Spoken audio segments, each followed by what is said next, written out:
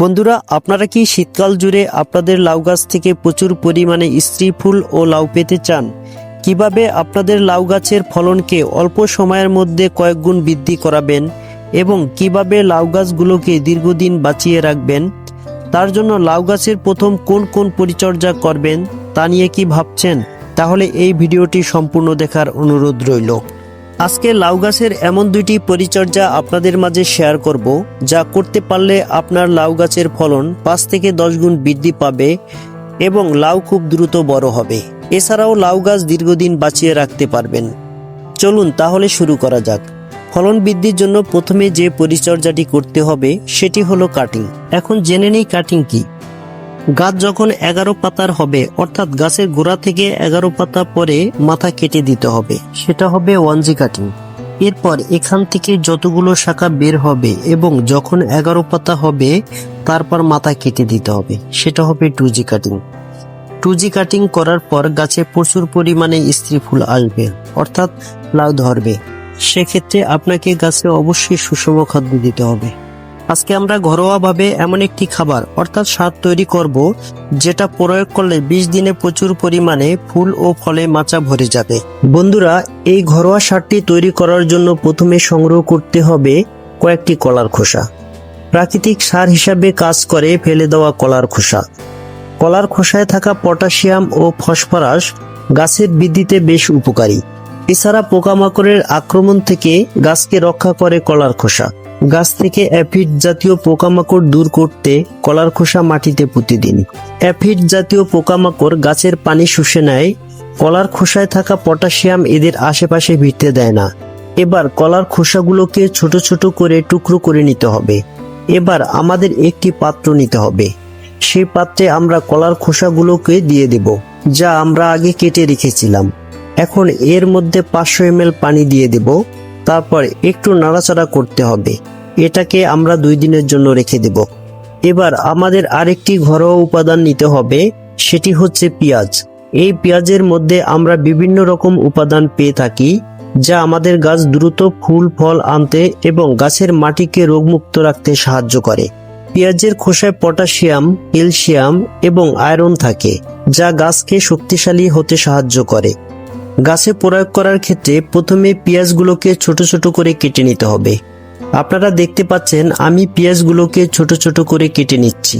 এতে করে দ্রুত ও ভালো কাজ হবে। কাটা শেষ।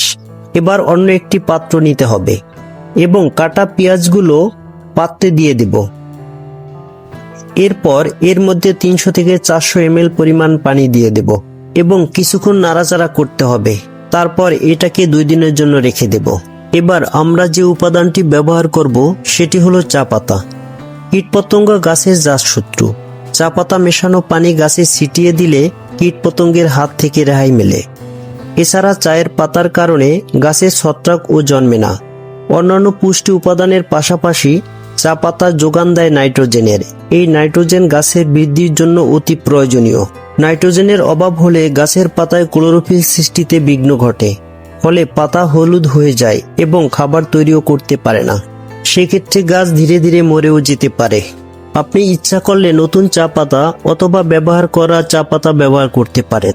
এবার নতুন একটি পাত্র নিতে হবে। তারপর এই পাত্রের মধ্যে 2 চামচ চা পাতা দিয়ে দেব।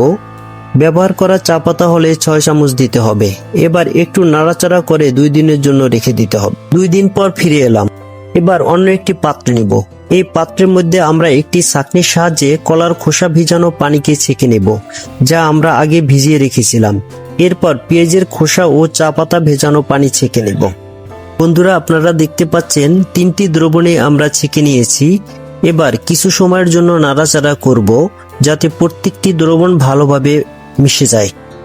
এর সাথে আমরা মিশাবো চাল ধোয়া পানি। চাল ধোয়া পানিতে থাকে গাছের উপকারী বিভিন্ন উপাদান, যেমন ফসফরাস, পটাশিয়াম। চাল ধোয়া পানিতে রয়েছে গাছের অত্যন্ত উপকারী একটি উপাদান, ক্যালসিয়াম। এছাড়াও রয়েছে লোহা, জিঙ্ক, অ্যামাইনো অ্যাসিড, ফাইবার। এই সমস্ত গুরুত্বপূর্ণ উপাদানগুলি ছাড়া গাছ সুস্থভাবে বেঁচে থাকতে পারে না। তাই আমি 500 ml চাল ধোয়া পানি মিশিয়ে নিয়েছি। সর্বশেষ যে উপাদানটি মিশাবো সেটি হলো হলুদ। যেহেতু আমরা পাকা কলার খোসা ব্যবহার করেছি, সেজন্য ছত্রাক ও ফাঙ্গাসের আক্রমণ হতে পারে। তাই হলুদ ব্যবহার করেছি। হলুদ হচ্ছে প্রাকৃতিক কীটনাশক। হলুদে উপস্থিত কারকিউমিন অ্যান্টিব্যাকটেরিয়াল, অ্যান্টিফাঙ্গাল এবং কীটনাশক গুণাবলী সম্পন্ন। এটি মাটির মধ্যে থাকা পোকামাকড় এবং ক্ষতিকর জীবাণু দমন করতে সাহায্য করে। তাই এই দ্রবণের সাথে আমি 1 চামচ হলুদের গুঁড়া মিশিয়ে নিয়েছি। এখন দ্রবণটি খুব ভালোভাবে নাড়াচাড়া করতে হবে যাতে করে প্রত্যেকটি উপাদান ভালোভাবে মিশে যায়। দর্শক, আপনারা দেখতে পাচ্ছেন তরল সারটি প্রস্তুত হয়ে গেছে। এখন এই সারটা কিন্তু আমরা গাছে প্রয়োগ করতে পারবো। এর সাথে অন্য কোনো পানি মেশাতে হবে না, কারণ আমরা যেহেতু চাল ধোয়া পানি মিশিয়ে নিয়েছি। এখন এই দ্রবণটি গাছে কতটুকু পরিমাণ প্রয়োগ করব সেটা দেখে নেওয়া যাক। এটি গাছে দেওয়ার 15 দিন পর্যন্ত আর কোনো খাবার দেব না। এই দ্রবণটি গাছে গ্রহণ করবে এবং এর থেকেই কিন্তু গাছের বৃদ্ধি আমরা দেখতে পাবো। এক্ষেত্রে আরেকটি জিনিস লক্ষ্য রাখতে হবে, সেটি হলো এই দ্রবণ প্রয়োগের আগের দিন গাছে পানি দিতে হবে, তাহলে সুন্দর বেনিফিট পাওয়া যাবে। এই গ্লাসে 250 ml পরিমাণ দ্রবণ আছে। এই মাদার জন্য আমরা এই পরিমাণ দ্রবণ দিয়ে দিব। বন্ধুরা, আশা করি আপনারা বুঝতে পেরেছেন লাউ গাছে স্ত্রী ফুল আনার জন্য আমরা কোন কোন জিনিস ব্যবহার করব এবং কিভাবে লাউ গাছের যত্ন নিতে হবে।